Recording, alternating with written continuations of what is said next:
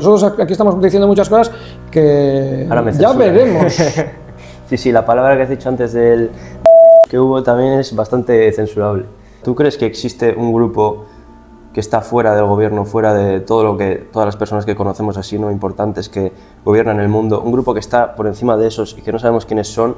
Yo creo que sí sabemos quiénes son. ¿Tú crees que somos muy manipulables? Absolutamente. ¿Tú crees que hay libertad de expresión absoluta? O sea que, porque, por ejemplo, no hay en ningún sitio libertad de expresión en absoluto. Lo que se está promoviendo es que todo el mundo se autocensure. Sócrates y Aristóteles o Platón o quien sea, cada uno dice una cosa distinta, ¿no? Es como que se contradicen. Bueno, entonces, ¿se podría decir que la filosofía analítica busca como encontrar la verdad de forma lógica? Bueno, yo creo que la verdad. Ahora voy a hacer. ¿Tú crees que las farmacéuticas nos quieren enfermos crónicos? Porque esa es una cosa que dicen mucho, ¿no? Que no quieren sacar curas que curen automáticamente una enfermedad, sino que es más rentable que estemos enfermos siempre, que tengamos que estar medicándonos constantemente, porque así tenemos que comprar durante toda nuestra vida. En cambio, si crean una cura que te cura automáticamente de lo que tengas, ya el negocio se va a la mierda, porque ya pagas una vez para comprar eso, te curas y ya no estás comprando. O sea, a nivel de negocio, yo también lo pienso y digo, las farmacéuticas, yo, si fuera el que las maneja y no quiero el bien de la gente, sino que quiero el beneficio de ganar el mayor dinero posible, yo quiero dar medidas, no medidas que terminen con esa enfermedad, sino que te la vayan manteniendo y que tú puedas vivir más o menos. Business es business. Es así, ¿no? Business es business, eso está claro.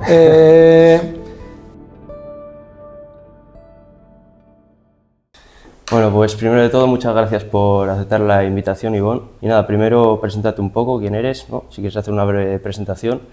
Y luego también explica un poco qué es la filosofía analítica, ¿no? Que es como más tu campo a lo que has estudiado y todo eso.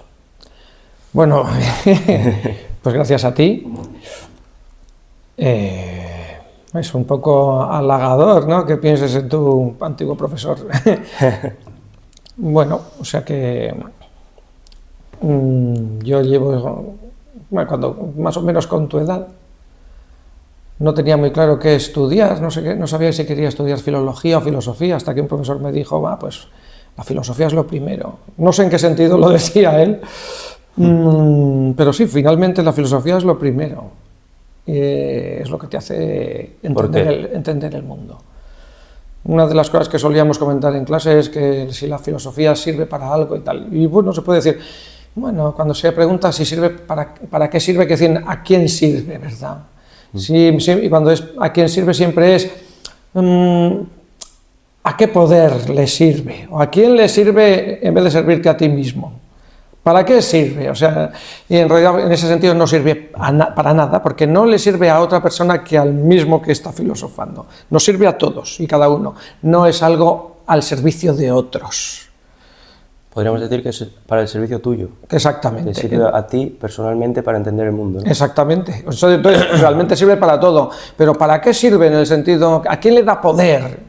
No sirve para que nadie tenga poder sobre ti, es al revés, es para que no se puedan aprovechar de ti, para que no te den gato por liebre. Vale, me gustaría ahora que explicaras un poco qué es la filosofía analítica. Bueno, la filosofía analítica es una corriente contemporánea de filosofía que más o menos surge con los primeros filósofos que intentan hacer un desarrollo de la lógica que sea más poderosa que la lógica tradicional. Sí. Entonces, yo creo que se podría decir que a partir de Gottlob Frege, que fue hay algunos otros pensadores en el siglo XIX que dan pasos para hacer una filosofía matemática, pero como Boole, de ahí la famosa álgebra de Boole, pero con Boole es una cuestión un poquito de matematizar, ¿no? El sentido del sí, del y, matematizar la filosofía. La lógica, del y esto y lo otro, esto o lo otro, y eso es lo que Boole hizo, ¿no? Pero Frege hizo ya un desarrollo más ambicioso. Y siguiendo a Frege, Bertrand Russell. Aunque Bertrand Russell sabemos que en su análisis de los intentos de Frege por fundamentar la lógica solo o fundamentar la matemática, la aritmética solo en lógica, descubrió la famosa paradoja de Russell. Y entonces había un error fundamental en el intento de Frege. Pero bueno, en cualquier caso, yo creo que con Frege y Russell empieza la filosofía analítica, que inicialmente es filosofía analítica de los lenguajes formales. Vamos a generar una lógica que sea una buena lógica, una lógica con unas capacidades matemáticas enormes que nos sirva para hacer un análisis lógico de las matemáticas, para ver que en las matemáticas no estamos cometiendo errores, y que luego esa misma lógica nos sirva también para hacer un análisis del lenguaje. ¿Qué ocurre? Que luego se ve que en realidad, pues bueno, no solo hay que analizar el lenguaje, los lenguajes formales como la lógica, sino los lenguajes naturales. ¿Se podría decir que la filosofía analítica busca la verdad, encontrar la verdad? Porque al final es como la filosofía, no es como típica filosofía de hace mucho tiempo que se inventó alguien y como que podríamos decir que no es tan cierta, porque luego hay otras personas que van descubriendo nuevas formas de pensar y como que se contradicen entre ellos, aunque sean buenísimos filósofos, por ejemplo Sócrates y Aristóteles o Platón o quien sea. Cada uno dice una cosa distinta, ¿no? Es como que se contradicen. Bueno, entonces, ¿se podría decir que la filosofía analítica busca como encontrar la verdad de forma lógica? Bueno, yo creo que la verdad. Ahora voy a citar a Ortiz Osés. ¿Qué es primero, la verdad o el sentido? ¿Qué es más importante? Entonces, la verdad la podríamos dejar para la ciencia. La filosofía en realidad... O sea, no hay verdad. No es que diga no haya verdad, que eso también es un tema muy importante, pero esa es otra. Ortiz Osés también diría es que no hay fundamento sino fundamentación. Y eso aplicado a la verdad, que decir, bien, la verdad no es la verdad de Dios, la verdad de los ángeles, es la verdad humana y tiene sus límites. Puede ser que la verdad no sea de una vez por todas y la verdad sea algo que hay que construir. Bueno, pero cuando quiere decir que podamos caer en un relativismo y decir, como está en construcción, pues todo vale, de eso nada. Claro, bueno, entonces la verdad es muy importante, pero igual no es lo más importante. Igual lo más importante es el sentido. Porque, bien, ¿qué es lo que da sentido? Lo que da sentido a la vida, lo que da sentido a la verdad. Porque la verdad, si es importante, es porque sirve para algo. Porque la verdad, simplemente porque sea verdad, ¿cuál es su utilidad? De hecho, hay un montón de teorías sobre la verdad, ¿no? Pero al final yo creo que están todas conexas. De eso podemos hablar un rato. Entonces, me has preguntado por la filosofía analítica. Y luego ya pasamos al tema de la verdad, si te parece. Sí. La filosofía analítica, yo creo que es una filosofía que se da cuenta, y uno de sus exponentes es Wittgenstein, y Wittgenstein lo dice expresamente. La filosofía no es una teoría, es una actividad. La filosofía no es un dogma, diría yo, es un método. Y la ciencia debería ser lo mismo.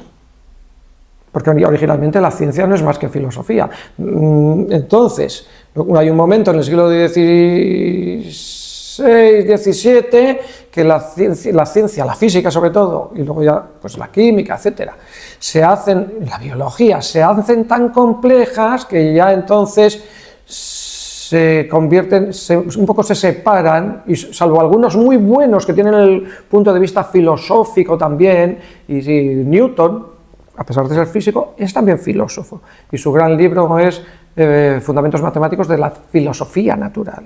Él ya sabe que está haciendo filosofía, pero en ese momento ya esa filosofía natural se convierte en física, porque ya el común de los filósofos no es capaz de digerir todo ese aparato matemático. Entonces ya se convierte en algo especializado, y ya los que son muy buenos técnicamente en el aparato matemático como que empiezan a prescindir de todo el trasfondo filosófico.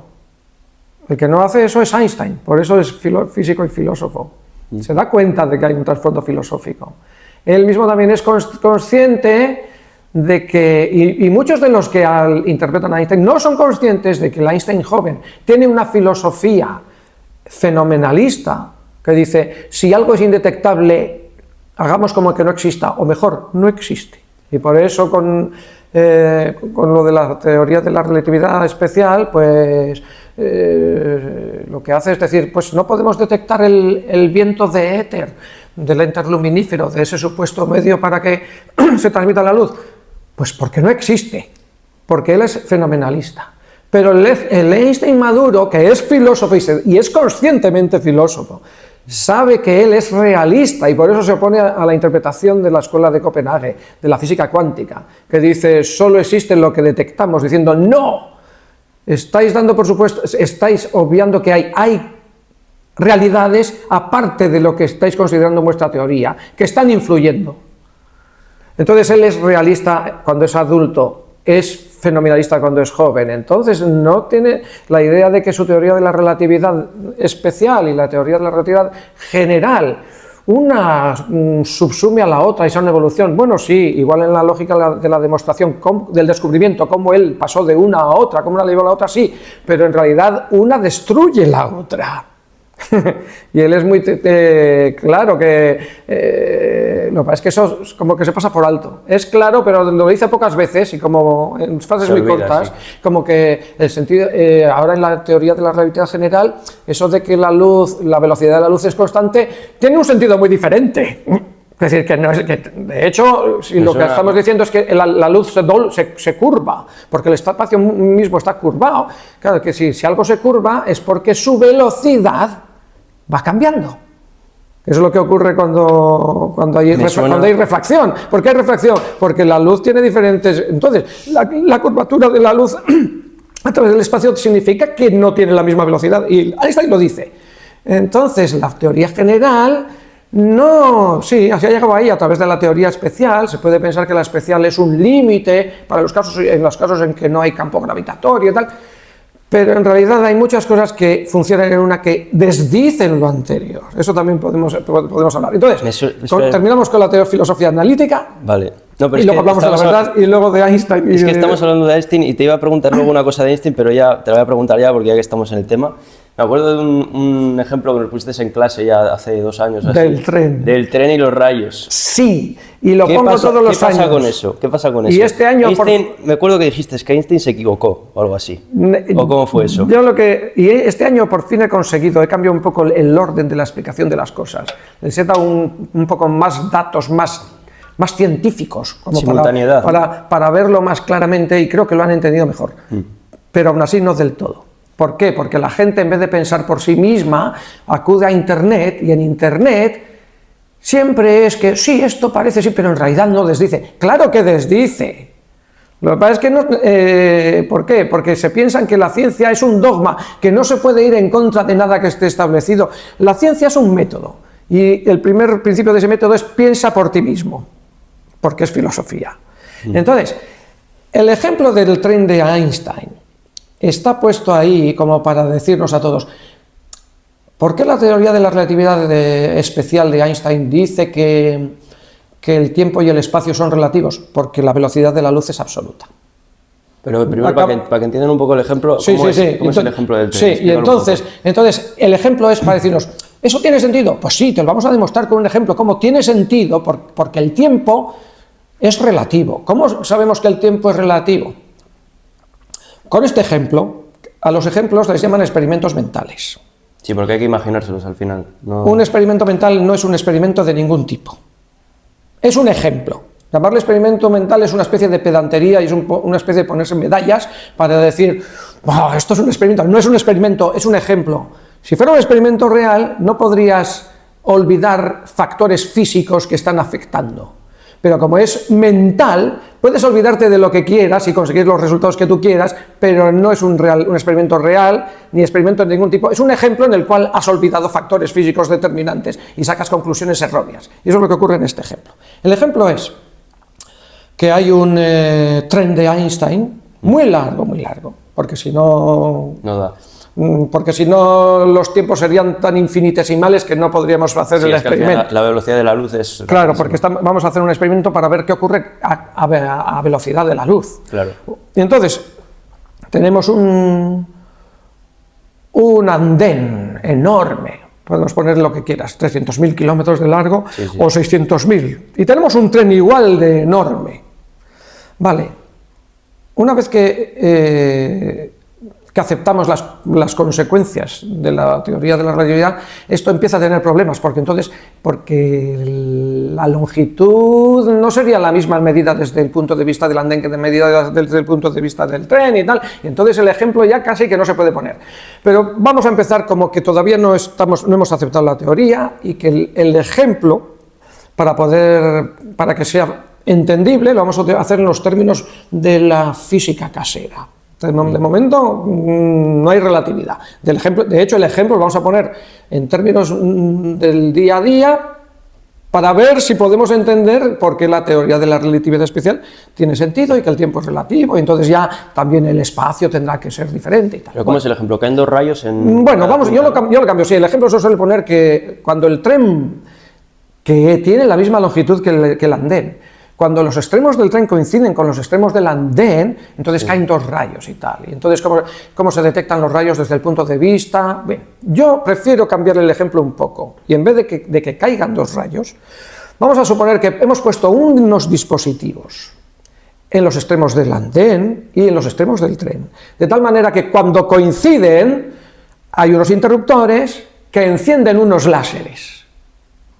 No dependemos de que Zeus mande dos rayos. Vamos a hacer un experimento, sé que es un experimento mental, hagámoslo como si fuera un experimento real, utilicemos tecnología. Claro, o sea, un láser sale del andén y el otro del tren hacia allá. Entonces, el tren va hacia allá, el andén está aquí, el tren va hacia allá, y cuando los extremos del tren y los extremos del andén coinciden, entonces los láseres son disparados. La cuestión es que los láseres se puede complicar mucho, es decir, bueno, hay un láser en el andén y otro láser en el tren. No. Vamos a suponer que los láseres están en el andén. El lásercito está fijado al andén. Sí. Cuando el tren pasa, justo coincide, se enciende el láser. ¡Pam! Sí. Y entonces el láser manda una señal hacia el centro del andén, que también es el centro del tren en ese momento. Entonces los láseres son encendidos. ¿Qué observa el observador? Valga la redundancia, que está situado en el medio del andén. Claro, tiene que estar situado en el medio del andén, porque si está situado más cerca de un extremo que del otro, no está en la posición correcta para decidir si las señales que llegan hasta él o a ella al mismo tiempo han partido desde el origen al mismo tiempo. O sea, tienes que estar a la misma distancia. Cuando se lanza el láser, los dos están exactamente a la par, están en el mismo sitio. Entonces, claro, cuando los láseres son encendidos, se supone que hay un observador, un chico, en el andén y una chica en el tren. Sí. El tren va a una velocidad comparable a la velocidad de la luz. No cerca de la velocidad de la luz, pero una fracción importante, una décima parte o lo que sea. Si no, no sería posible hacer el experimento. Lo que sea. Bien. Entonces, cuando los láseres han sido encendidos, estaban cara a cara ambos observadores. Sí. Y entonces, bueno, ¿qué observa el que está en el andén? Pues que los dos láseres llegan hasta él al mismo tiempo. No en el momento en que han sido encendidos, porque la luz necesita tiempo en viajar. Claro, porque él está en el medio de los andenes y los andenes, los dos están... está en el medio del andén, los extremos están los láseres. Entonces, y él está a la misma distancia. Si son 300.000 kilómetros, desde que los láseres han sido encendidos hasta que llegan al observador, pues pasará medio segundo. Sí. Pero él ve medio segundo más tarde de que se han encendido, ve los dos al mismo tiempo. Claro. Bien. Y tiene sentido eso. ¿Qué ocurre? Y este es el ejemplo que nos dicen. Claro, ¿qué pasa? Que la chica que va en el tren va a una velocidad muy, muy rápida, como en la fracción de segundo o en el medio segundo que va, que iría desde que los láseres llegan a su posición, ella ya se ha desplazado y va al encuentro del primer láser. Entonces, primero va a ver el primer láser y el segundo le va a llegar más tarde, porque ella va al encuentro del primero y se va alejando del segundo. Y entonces lo que dicen con este ejemplo es: ¿veis lo que es simultáneo para el observador que está en el andén, que percibe ambos a la misma distancia, al mismo tiempo, y razona, estoy a la misma distancia del origen de los láseres, los percibo al mismo tiempo, luego fueron originados simultáneamente. No, la discusión no es si se perciben simultáneamente. Eso está claro. Eso está claro, que uno lo percibe simultáneamente y la del tren no los percibe simultáneamente. Eso está claro. Eso está claro.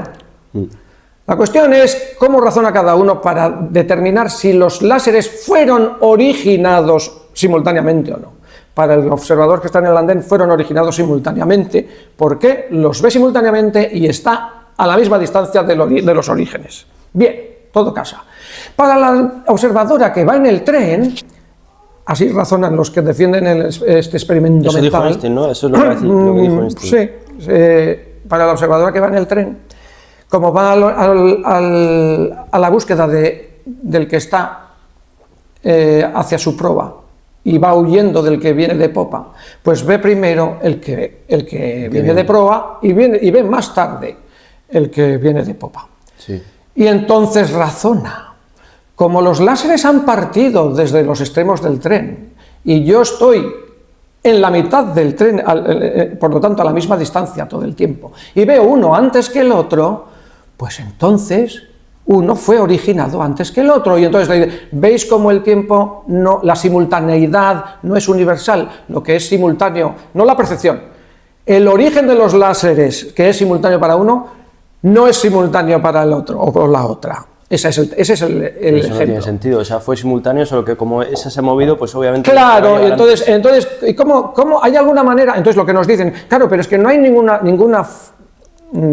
experimento o ningún dato que nos diga si nos estamos moviendo o no. Ahí está el error, porque en el experimento mental, a diferencia de que si lo hiciéramos de verdad, lo que pasa es que no tenemos la tecnología para hacerlo con trenes, pero bueno, te has olvidado de una cosa fundamental. Entonces, yo ya este año lo que he dicho ha sido, bueno, vamos a suponer que los láseres emiten una frecuencia de X nanómetros, que significa un tipo de amarillo.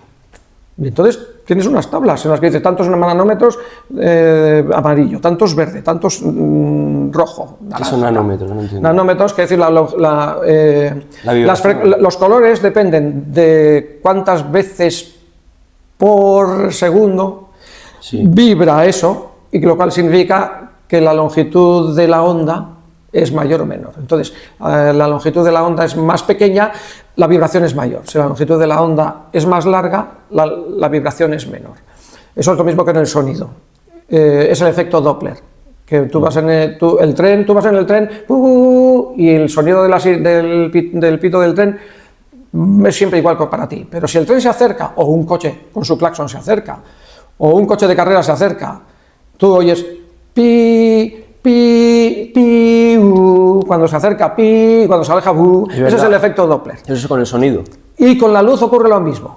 Pero con colores. Con los colores. Entonces, cuando algo se acerca, o tú te acercas a ello, el sonido tiene una frecuencia más elevada, es más agudo, y cuando se aleja, o tú te alejas de él, el sonido tiene una frecuencia más grave.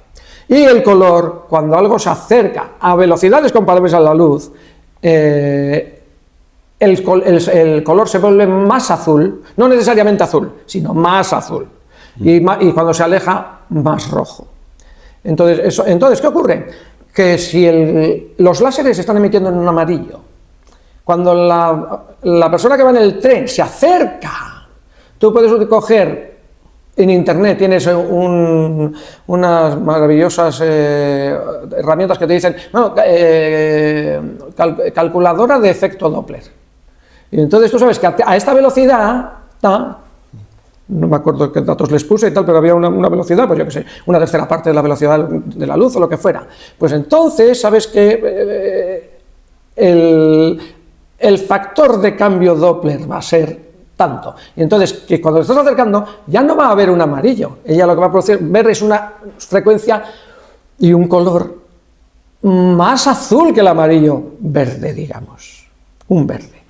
Y entonces va a ver el primer rayo, sí, antes, pero verde. Y el segundo, después, pero naranja. sabiendo la composición del láser, viendo que el láser marca acné de tantos nanómetros, sabiendo que tenía que ser amarillo, y veo que el primero lo veo antes, pero lo veo verde, el segundo lo veo después, pero lo veo naranja, puedes utilizar toda la teoría física del efecto Doppler y saber que te estás desplazando con respecto a las fuentes del origen de la luz. De hecho, es lo que utilizan en cosmología para decir, ¿veis aquellas galaxias tan lejanas cómo se alejan de nosotros? Porque hay un corrimiento al rojo. ¡Claro!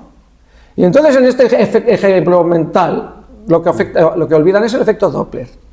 Si lo hicieras de verdad, el efecto Doppler se impondría, su realidad se impondría. Verías que los dos observadores no están observando lo mismo, los mismos fenómenos, porque uno ve simultáneos rayos con los colores que tienen que ser, porque la herramienta está diseñada para emitir en ese color. Sí. Y el otro, sí, los ve no simultáneos, pero con colores que corresponden a un efecto Doppler por desplazamiento, con lo cual puedo decir, claro, porque me estoy moviendo además en aquella dirección con esta velocidad. Por lo tanto, puedo calcular claro, que aunque los estoy viendo con esta distancia temporal, en realidad sí fueron originados simultáneamente. Con lo cual, el ejemplo era para demostrarlos que el tiempo no puede ser simultáneo para todos. Falla, con lo cual no estamos obligados ya a creernos nada de que el tiempo es relativo. Porque o sea, ¿tú crees que el tiempo no es relativo entonces? No es relativo. No. Que dicen, o sea, estas cosas que he escuchado yo no sé si son verdad, pero dicen que si te acercas a un agujero negro, por ejemplo, al haber tanta gravedad, como que el tiempo pasa más rápido para ti. Bueno, eso es otro tema. Eso ya no tiene nada que ver con la teoría de la relatividad especial, tiene que ver con la teoría de la relatividad general. Y con la velocidad, si vas a mucha velocidad por el espacio, no sé cuánta pues es. Eso sí que tiene que ver, eso es lo de la paradoja de los gemelos, que cuando vas y vuelves y no sé qué y tal. Claro, pero te tienes que, o sea, yo lo he investigado esto un poco y tienes que acercarte mucho a la velocidad de la luz para que pase muy rápido para ti el tiempo. O sea, es decir, si te acercas, si estás a un 90% de la velocidad de la luz y estás viajando, yo qué sé, un día por el espacio a esa velocidad, en la Tierra han pasado años, por ejemplo, o algo así. Sí, eso es lo que dicen. Eso lo dicen. ¿Tú crees que es verdad o que no es verdad? No es verdad. Otra forma de verlo es que cuando dicen que el tiempo es relativo, depende de cada uno, también lo que decían es que, claro, cada uno tiene su tiempo, porque si la simultaneidad no es, entonces en esos desplazamientos, pues para uno el tiempo va como más despacio que para el otro, porque sus segundos son como más largos y tal. Y que no hay manera de distinguir todo eso. Bueno, ya en los inicios de toda esta interpretación, un físico, Sagnac, dijo, eso que decís no tiene sentido. Y lo puedo demostrar fácilmente. Y creó un instrumento que se llama el interferómetro de Sagnac, en el cual se ponen unos espejos y unas luces y tal, girando. Bueno, un interferómetro de Sagnac enorme es la propia Tierra. Entonces, ¿qué ocurre? Que según la interpretación que hacen de la teoría de la relatividad especial, se supone que el tiempo va más despacio porque tú, si vas en ese cohete, utilizas señales bidireccionales, mandas señales de luz en una dirección hacia la proa y hacia la popa y luego vuelven mediante espejos. Entonces claro, tú tienes que ajustar tu reloj para que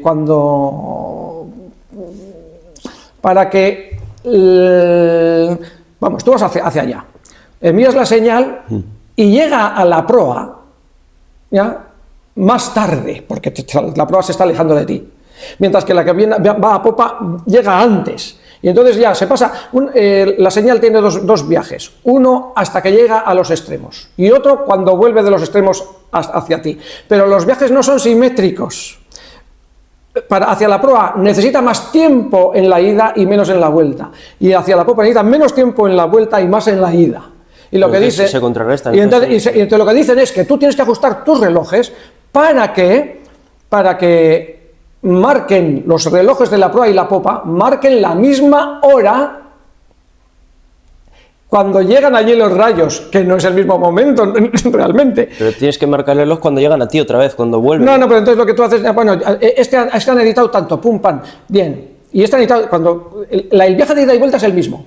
Pero el viaje de ida hacia adelante es más largo y el viaje de ida hacia atrás es más corto. Entonces, lo que haces, tú coges el sistema de sincronización de Einstein, dice que hay que hacer esto. Entonces, tú coges el tiempo de ida y vuelta y en el reloj de la proa y el reloj de la popa lo que pones, lo que haces es que marquen cada uno al unísono la mitad del viaje. O sea, tú sincronizas los dos para que marquen lo mismo, pero haciendo la media de los viajes de ida y vuelta. Eso hace que, como consecuencia de ese sistema de sincronización, viene la idea de que el tiempo va más despacio. Pero eso es una consecuencia del sistema de sincronización que es absurdo. ¿Y por qué es absurdo? Porque el gran interferómetro de Sagnac, que es la Tierra, tú coges, ahí puedes hacer experimentos reales de radio. Sí. Y de hecho no son experimentos, son señales de radio. Entonces los ingenieros, a diferencia de los físicos, que son gente más práctica, saben lo que ocurre en realidad y no están sometidos a los dogmas de que la teoría dice esto.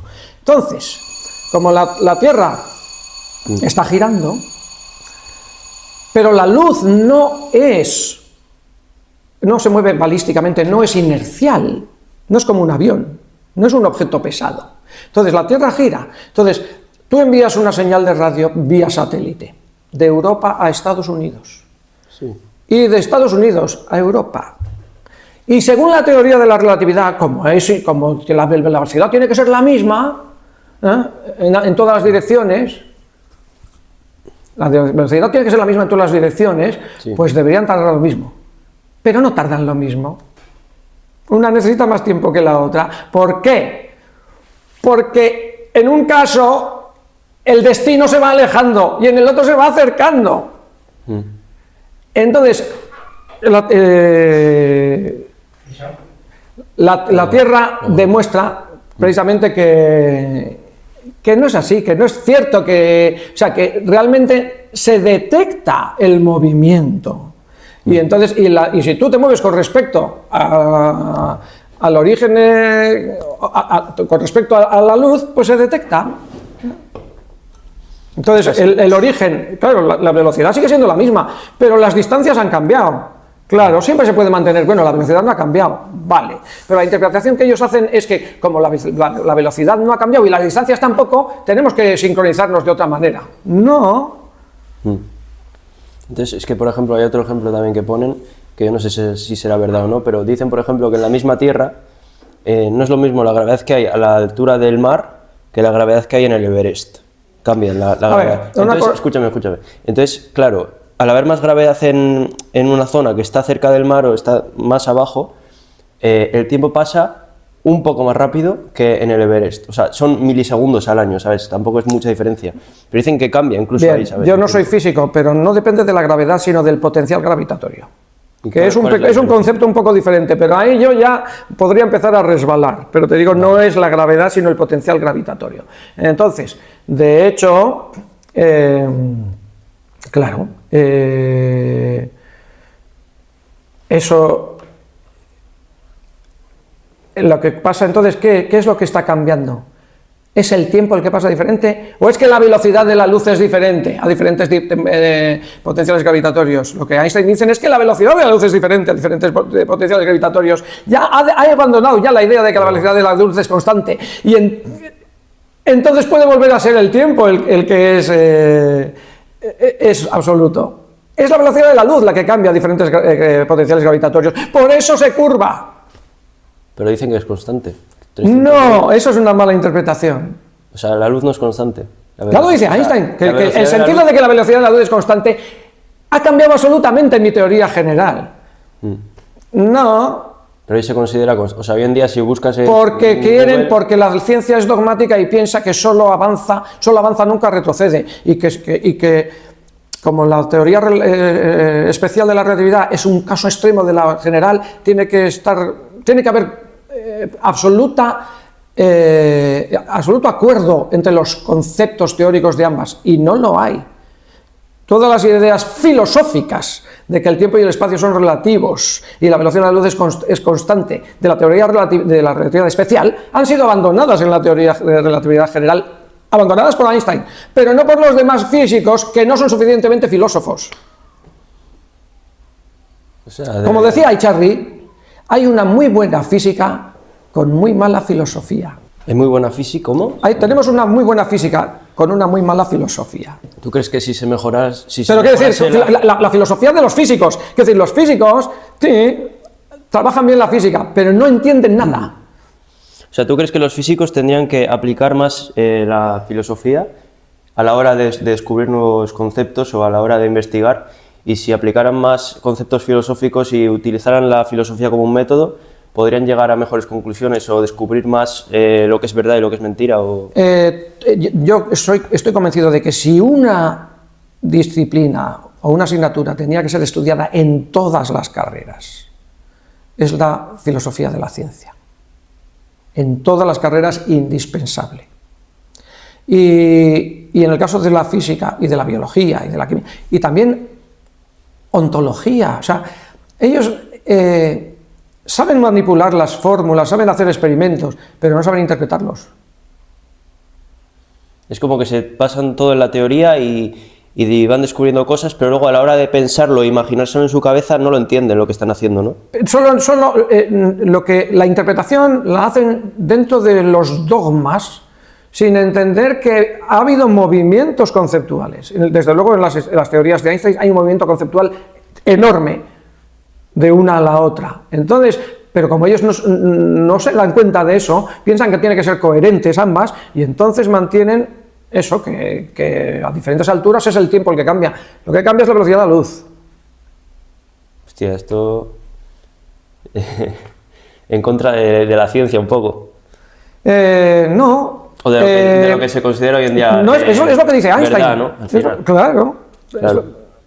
Lo que dice Einstein es esto. Entonces, pero para eso hay que saber entender filosóficamente lo que está diciendo, no físicamente. Vale, ahora vamos a pasar un poco a otro tema. ¿Tú crees que el bien y el mal son absolutos? Vamos a pasar al bien y al mal sin haber pasado por la verdad. Ah, bueno, primero la verdad. Vale, ¿cómo se determina que algo es verdad o mentira o...? Esa es muy buena pregunta. ¿O realmente existe la verdad o cómo se determina? Esa es muy buena pregunta, porque hace poco, bueno, cuando estabas tú en mis clases también, vemos las teorías de la verdad, ¿verdad? Y siempre distinguen la teoría de la verdad como adecuación, y luego la teoría de la verdad como coherencia y tal, como diciendo, pero claro, la que es buena es la teoría de la verdad como adecuación. La teoría de la verdad como adecuación no es ninguna teoría de la verdad. Es simplemente la definición de verdad. ¿Qué se considera que es verdad? Buena pregunta. Pues cuando coincide lo que se piensa o lo que se dice con los hechos. Vale, eso es básicamente. Cuando quieres ponerle nombre a esa definición, te das cuenta que la definición de por sí, bueno, la que he dicho yo está bastante bien. La definición que da Aristóteles, que se supone que es la buenísima de todas, dice... Fijaos en qué consiste la teoría de la verdad como adecuación, a diferencia de la teoría de la verdad como coherencia.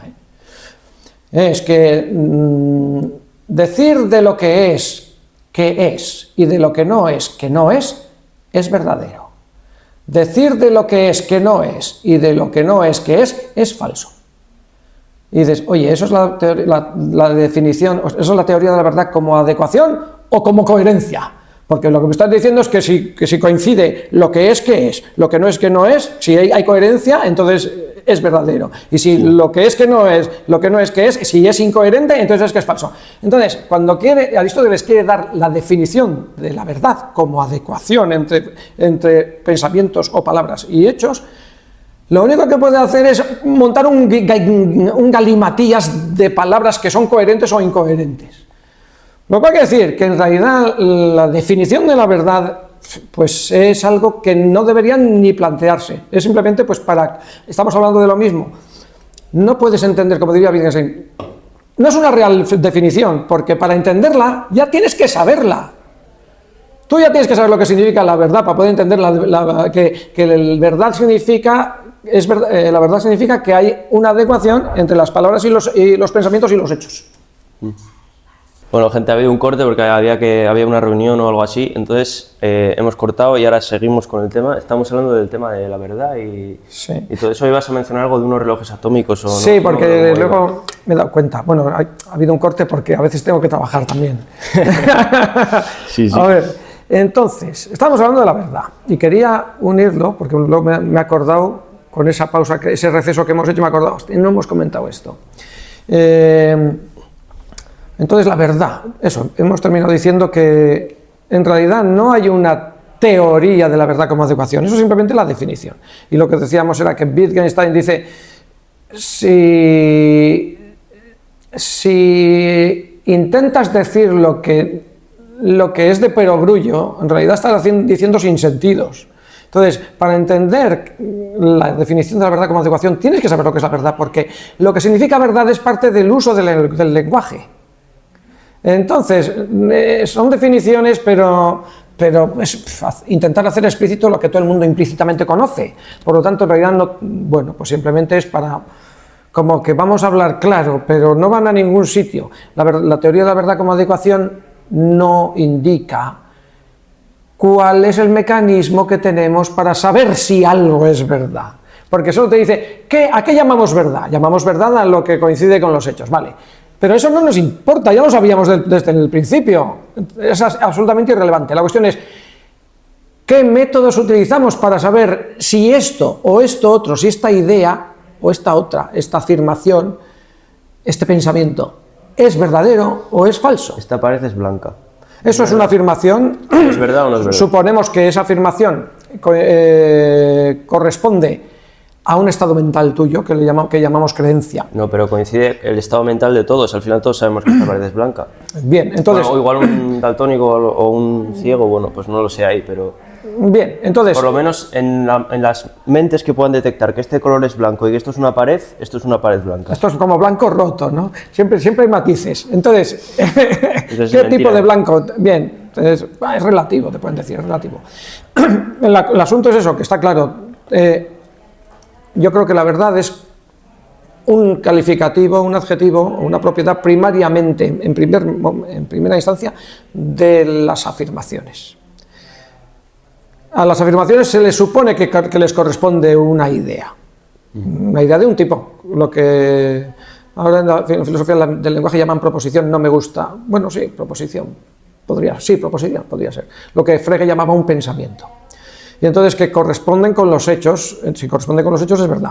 La cuestión es, ¿cómo sabemos si eso es verdad? Pues en este caso tú has dado un criterio. Entonces, hay diferentes teorías según cuál es el criterio. Lo de la verdad como adecuación no da ningún criterio, es solo la definición. La teoría de la coherencia, la teoría del consenso, esas son teorías que intentan dar un criterio. Entonces, tú has mencionado, todos sabemos que es así. Bien, eso sería que la verdad, un modo que tenemos para saber si algo es verdad es mirar a lo que dicen los demás, porque no puedes pensar que igual tú estás equivocado. Eso, nosotros solíamos trabajar un texto muy bonito de Felipe Martínez Marzoa, en que habla de los escépticos, que dice, claro, ¿cuál es el criterio de verdad, precisamente? Si la verdad consiste en la adecuación entre lo que yo pienso y lo que está ahí fuera, para ver si hay esa adecuación, si esa adecuación se da, tendría que poder comparar ambas.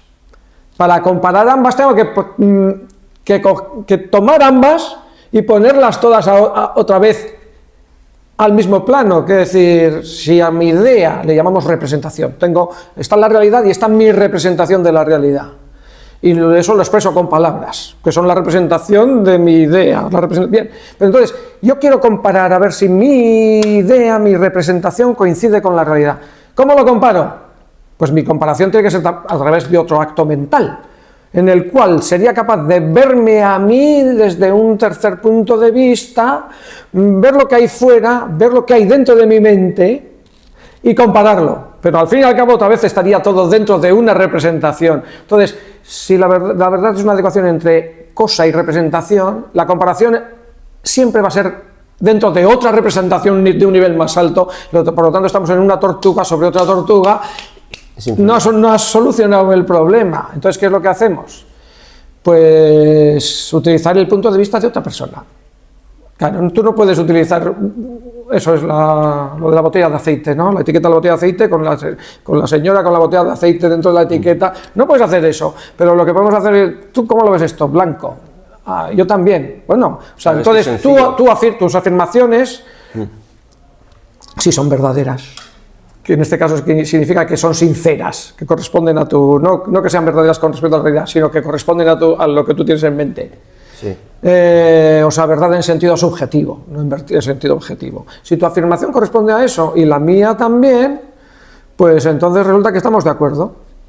Ahora Raymond Smullyan diría, bueno, somos vampiros locos o no sé qué, decimos lo que no pensamos y tal, entonces se complicaría mucho la cosa, pero es un lógico del que solíamos nosotros hacer ejercicios enigmas y tiene unos buenísimos, de gente que está loca y entonces siempre dice lo que es falso, porque eso sí, pero siendo sinceros, y otros que están locos y son insinceros y al final siempre dicen lo que es verdad y tal. Entonces, lo de la verdad objetiva y subjetiva da pie a ese tipo de juegos. Pero bueno, vamos a simplificar la cosa. Sí. Los dos somos sinceros y en principio nuestra percepción no tenemos constancia de que sea perfecta, pero bueno, si yo quiero utilizar mi percepción de lo que tú dices como una prueba de que mi percepción de lo que estoy viendo es correcto, tengo que confiar en que mi percepción de lo que tú dices es correcta. Por lo tanto, también seguimos en tortugas sobre tortugas. Porque tus palabras también son parte de mi percepción.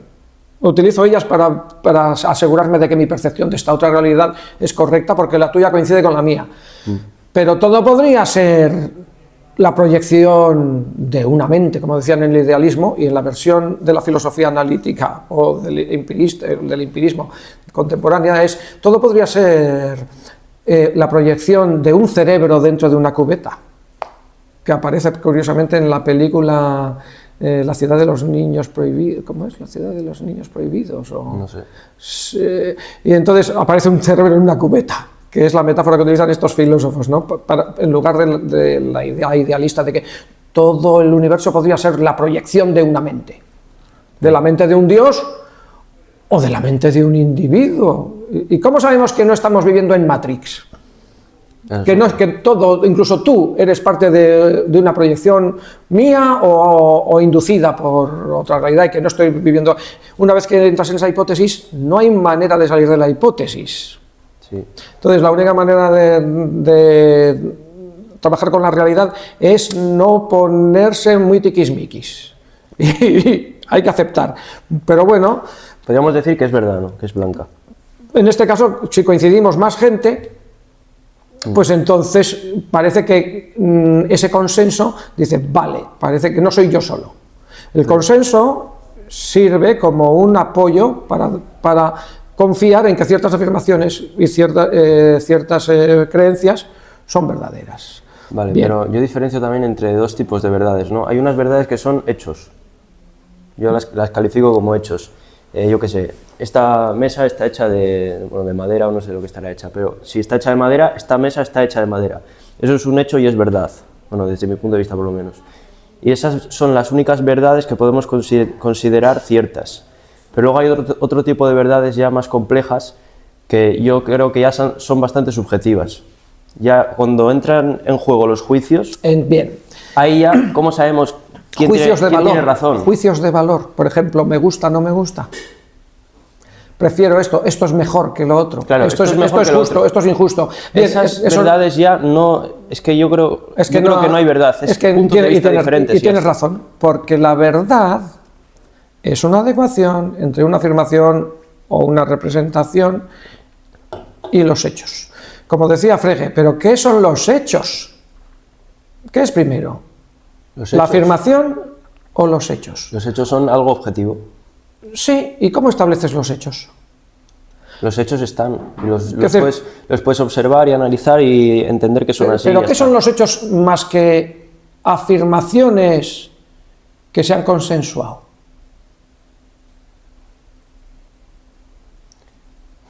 Entonces, claro, en realidad la verdad de las afirmaciones o de las representaciones mentales depende de los hechos, tanto como los hechos dependen de las afirmaciones. Y de hecho, es una dialéctica, una relación que uno refuerza el otro.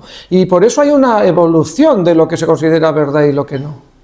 O sea que la Tierra estaba inmóvil, era verdad antes de Copérnico, pero incluso no después. Verdad. Era verdad entonces. Pero no era verdad. O sea, era verdad. No era verdad. Pensaban que era así. Vale, pues puede ser verdad desde el punto de vista de todo el mundo. Pero si la verdad es que la Tierra es redonda, es una verdad. La Tierra es redonda. Luego otra cosa ya es lo que piense la gente en su cabeza, ¿no? No hablábamos de que fuera redonda, de si giraba o no. Pero bueno, que todo giraba alrededor de la Tierra y todo lo que se pensaba antes. Entonces, en ese momento el consenso es ese. Si tú vas en contra del consenso y consigues cambiar el consenso, entonces lo que antes era verdad ya ha dejado de serlo y ahora tienes una nueva verdad. ¿Por qué hay evolución en la verdad? Porque es verdad a nivel humano. No tenemos la verdad de un dios o de los dioses ni de los ángeles. Es verdad humana, es decir, con sus limitaciones. Entonces, ¿cómo podemos estar seguros de que lo que ahora decimos que es verdad no va a demostrarse a posteriori que no lo es? Ya, es que eso tampoco se puede, pero... Por eso. Claro, pero yo digo que si existe una verdad que, aunque todavía no la hayamos descubierto, puede ser que exista una verdad y esa verdad sería verdad, ¿no? Yo suelo poner a mis alumnos esta cuestión. Bien, ¿hay alguna diferencia entre la verdad y lo que se acepta como verdad? Sí. Sí la hay, siempre y cuando... Siempre y cuando estén equivocados los que lo dicen. Siempre y cuando haya demostración de que están equivocados. ¿Hay alguna diferencia entre, suponte, una idea, una... Uy, mira, estamos en un... Ya. Estamos sometidos a horarios. Que hablando de horarios, luego hay que volver al tema del tiempo. La verdad. Me ha descentrado un poco la campanilla, el timbre. Vamos a ver, entonces, una idea, una afirmación con la que todo el mundo, y cuando digo todo el mundo no me refiero a todos los humanos, toda posible inteligencia en cualquier lugar del universo, durante toda la historia del universo, ¿está de acuerdo?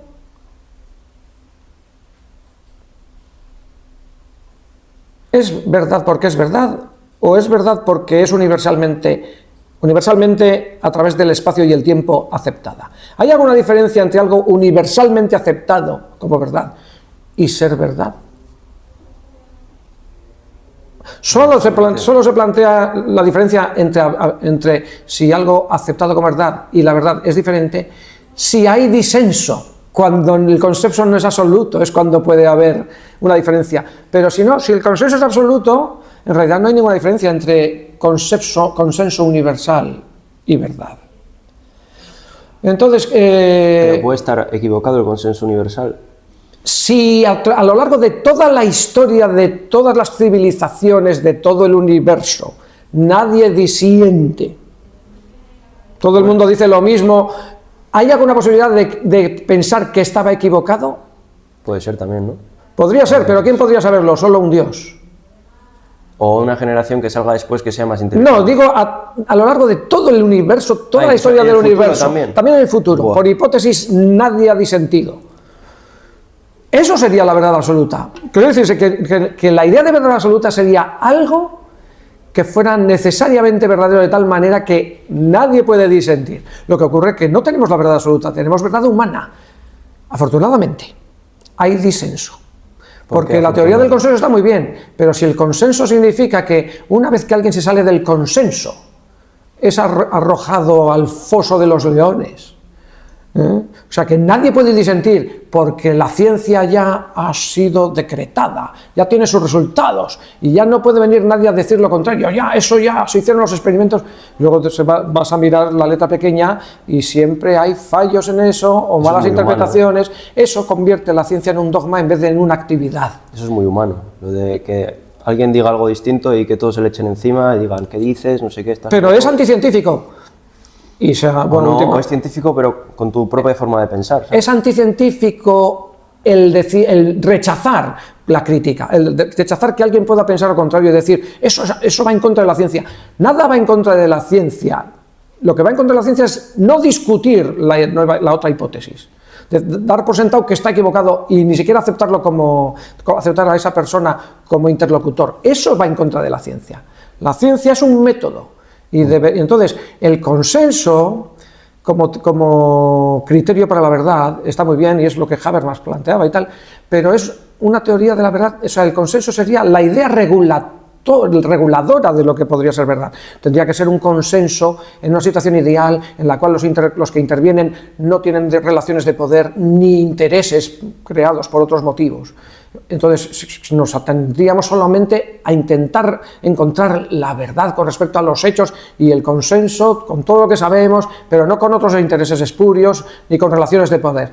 Ese consenso ideal no se da en la vida real. Y en la vida real lo que se ha demostrado, incluso en el consenso científico se demuestra constantemente, es que no hay más que relaciones de poder, es un falso consenso, no admite el disenso. Y entonces va en contra de la evolución y de la verdadera búsqueda de la verdad.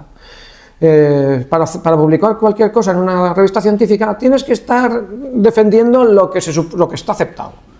Y para cualquier cosa. Entonces, en los últimos años se ha demostrado clarísimamente. Lo que pasa es que al final, con muy buenos argumentos, mucho trabajo y muy sutilmente, aquellos que disentían y que tenían razón, necesitan muchos años, pero al final se van corrigiendo los errores. Pero no porque la ciencia funciona bien, la ciencia funciona mal precisamente porque el consenso no es un consenso ideal, es un consenso real, en el sentido que el socialismo real no es el auténtico socialismo, se dice real, que es decir, el implementado en el mundo, y la ciencia es la implementada en el mundo, y en vez de ser un método lo han convertido en un dogma. Claro. Y entonces, porque eso es toda una cuestión de intereses. Sí. Y ese es el tema. Entonces, el consenso es un buen criterio, pero no el consenso real. No, el 97% de los científicos dicen esto. Luego vas a mirar los números y de dónde han sacado esa idea. Pues la han sacado por una mala interpretación. Manipulado todo, sí. Está todo manipulado. Y además, aunque fuera así, ese no es un buen criterio en ese sentido. Como decir, como ya es ese consenso, ya está establecido, ya no admitimos más discusión. El consenso siempre tiene que estar abierto a la discusión, porque si no, no es válido. Es como una falacia, decir que, claro, como el 97% lo dice que esto es así, ya está, se acabó el tema. Es así. Claro. Una falacia de autoridad o de no sé cómo se llama. Exactamente. O ad populum, o ad expertum, o ad expertos. Sí, hay miles de falacias. Y luego hablaremos de falacias, de debates, de muchos temas interesantes. Entonces, entonces el consenso es una buena. Otra teoría buena de las verdades es verdadero lo que funciona, lo que es útil. Pues sí, no me disgusta. Claro, lo que sirve para algo. Demuéstralo en la práctica. Yo he escuchado de gente decir que es mejor, o sea, que la verdad da igual, o no es que da igual, pero que piensan en lo que es útil, no en la verdad. O sea, no me acuerdo ahora quién lo dijo, pero lo dijo. ¿Pero útil para qué? Claro. Así fue Andrew Tate, un tío que es bastante polémico y así, que dijo que él no tenía una forma de pensar que se basaba en la verdad. Tenía una forma de pensar que se basaba en lo que es útil. Sí. Por lo tanto, creía en cosas que eran útiles para que a él le fuera bien en la vida, ¿sabes?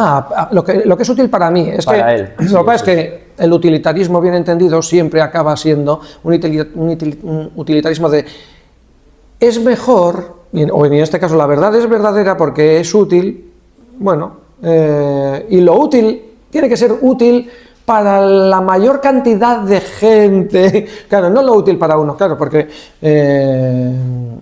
quiero decir, yo, para medrar, sé que esto es mentira, pero lo digo porque es útil, pero sigo sabiendo que es mentira.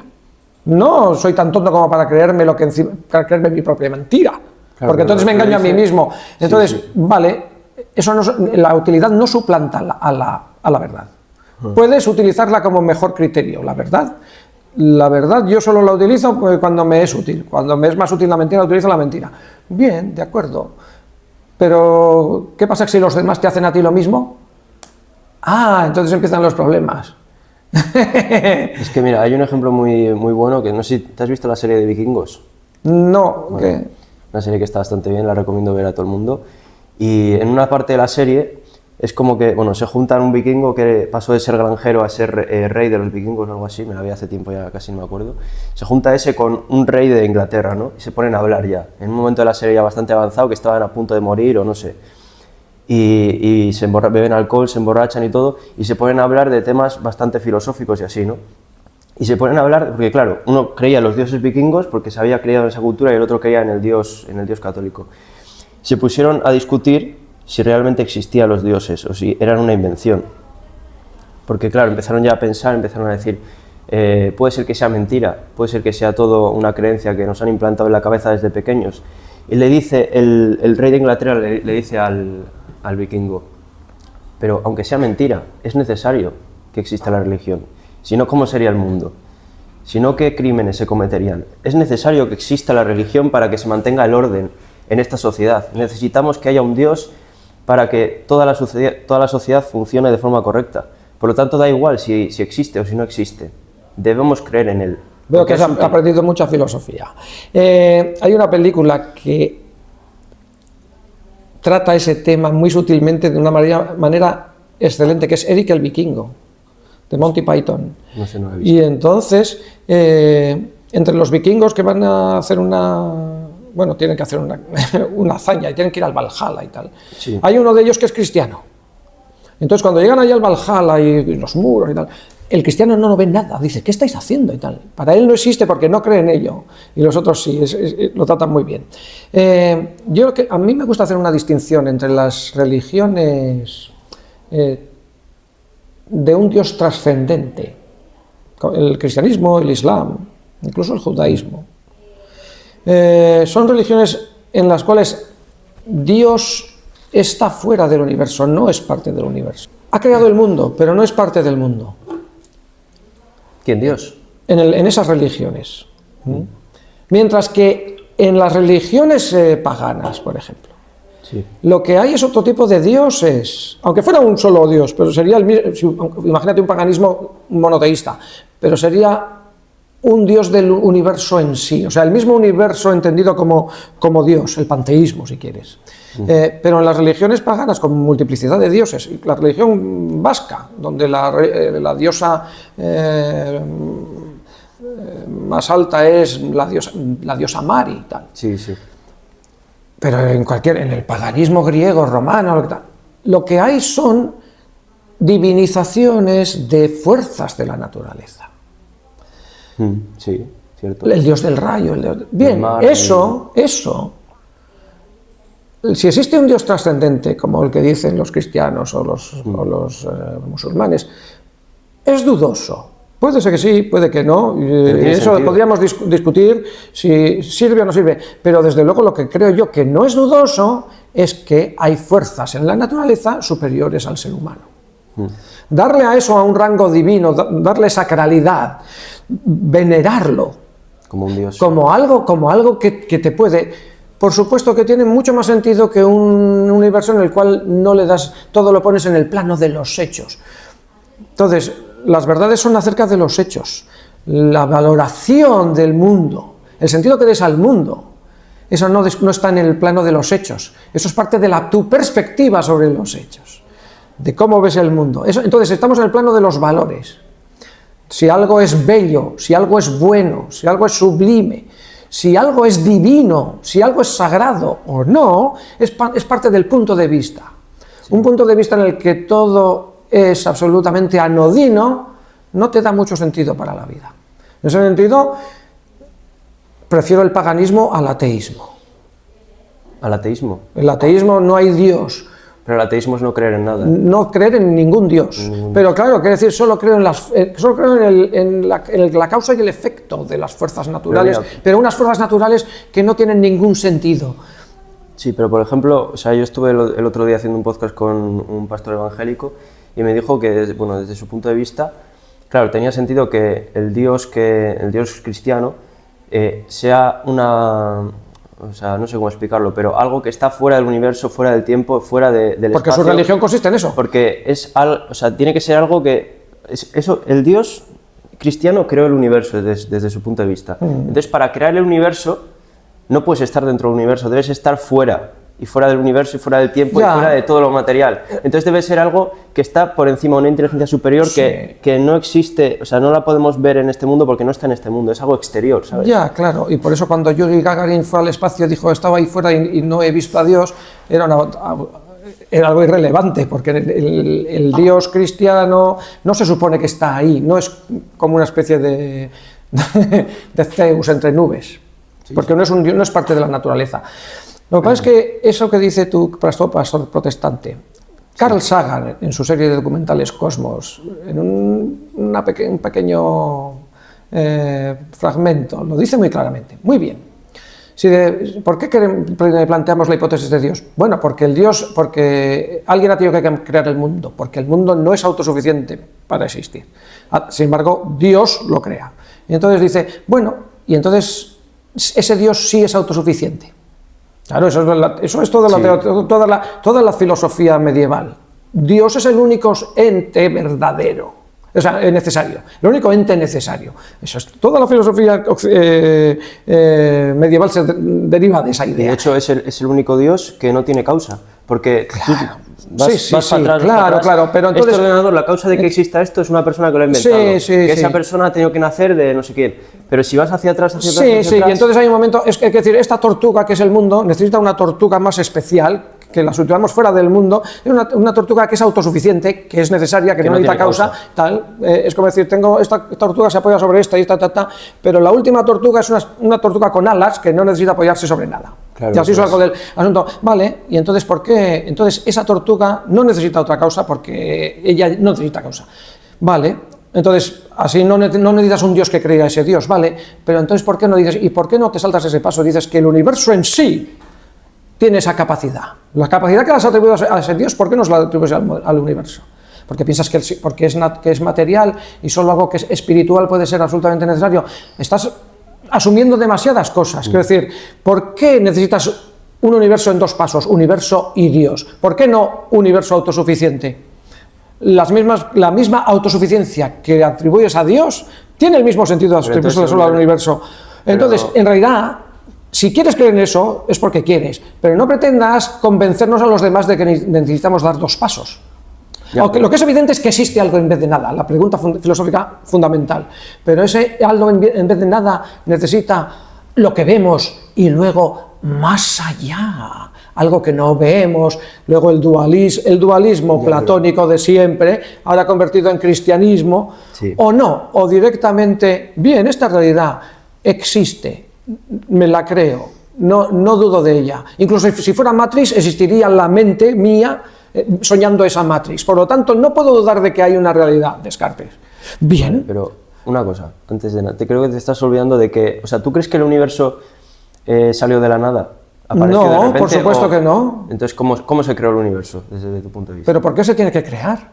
O sea, claro, entonces desde porque la idea de creación, la idea de creación es una idea cristiana, y la idea de creación a partir de un Big Bang, que por lo que se ve ya últimamente, el propio Stephen Hawking dijo que metió la pata con todo ese rollo, que en realidad no hay una singularidad, porque luego pasó al asunto de que hay que haber, para poder hacer que las leyes de la naturaleza pues no sean, y por lo menos lo que es la creación de un universo y tal, no sea una cosa más parecida a la historia que a la ciencia, para que sea un conjunto de regularidades, tiene que ser un ejemplo entre muchos, por lo tanto tiene que haber más de un universo y tal. Pero al final, por lo que se ve, ya no era la cuestión de que una singularidad y un comienzo y un Big Bang y nada de eso. Pero entonces no hay comienzo. Claro, o sea, es que la idea del Big Bang, pero ¿cómo puede haber un no con ese nombre, fue de un físico belga que era jesuita también. Entonces, es porque esa idea de que empieza en un momento de que, claro, si se está expandiendo es porque al principio está todo condensado y tal, y ahí empezó, bueno, ahí empezó el principio del todo, o había estado comprimiéndose y es un ciclo infinito de compresiones y expansiones. Si hay un ciclo infinito, pues entonces, o si incluso ni siquiera hay expansión ni compresión, porque eso ya es otra cosa, pero bueno, vamos a aceptar ese mito moderno de que hay expansión y compresión. Porque igual lo del corrimiento al rojo se debe a otras cosas que no es el efecto Doppler. Que esa es otra, porque estás haciendo muchas asunciones. Pero suponiendo que está en expansión y que hubo un momento en que estaba todo junto, vale, retrotrayéndonos. Hubo antes que eso otro ciclo en el cual se estaba comprimiendo y entonces hay una eternidad de ciclos, ¿por qué no? Y entonces no hay comienzo ni hay final. Eso da explicación un poco, ¿no? Entonces, quiere decir que la idea de que hay un comienzo solo es una idea necesaria desde el punto de vista de que ya tienes una religión que presupone eso. Pero Parménides lo decía muy claramente, el ser existe, el no ser no existe. La categoría de tiempo no se le puede aplicar al ser en realidad, es necesariamente eterno. Porque si hubiera antes, si hubiera aparecido desde la nada, esa nada tendría que existir, con lo cual ya sería ser también, no sería no ser. Por lo tanto, pero de la nada no puede haber paso al ser. Sí, si hubiera un Dios fuera de... Claro, es que no, porque ese Dios también sería ser. Claro, pero por eso es un ser, pero fuera de esta realidad, ¿entiendes? A ver, entonces, ¿para qué dice? O sea, que lo que tenemos es un dualismo. No tenemos una mejor explicación de este universo, sino que hacemos un dualismo. Pero claro, no explica mejor porque la no explicación se queda en el tramo ideal del Dios. Bueno, entonces, suponte que estamos en esa situación en la que Dios todavía no ha creado el universo y no tiene intención de crearlo. ¿Cómo se explica que exista ese Dios? Eterno, ¿verdad? Sí, eterno. Bueno, pues lo mismo aplicado al mundo. O igual no eterno. A Parménides diría que aplicado al mundo lo mismo, exactamente. Bueno, sí, desde el punto de vista cristiano sería eterno, claro. Claro. Pues ahora te puedes saltar a Dios, te saltas a Dios y dices el universo es eterno. Tiene tanto sentido como, de hecho, para mí, o sea, siguiendo a Parménides, tiene más sentido pensar que es eterno a pensar que ha sido creado. De hecho, pensar que ha sido creado incluye más elementos. Aplicando la navaja de Occam, es más sencillo limitarse a decir el universo existe. ¿Quién lo creó? ¿Por qué preguntas eso? Mira. ¿Qué tienes en tu mente para pensar que esa pregunta siquiera tiene sentido? Lo cual no quiere decir el universo existe y es todo un conjunto de átomos en colisión. No, tiene un montón de sentido. Y ves esas fuerzas de la naturaleza tan sublimes que de repente pueden destruirnos y tal.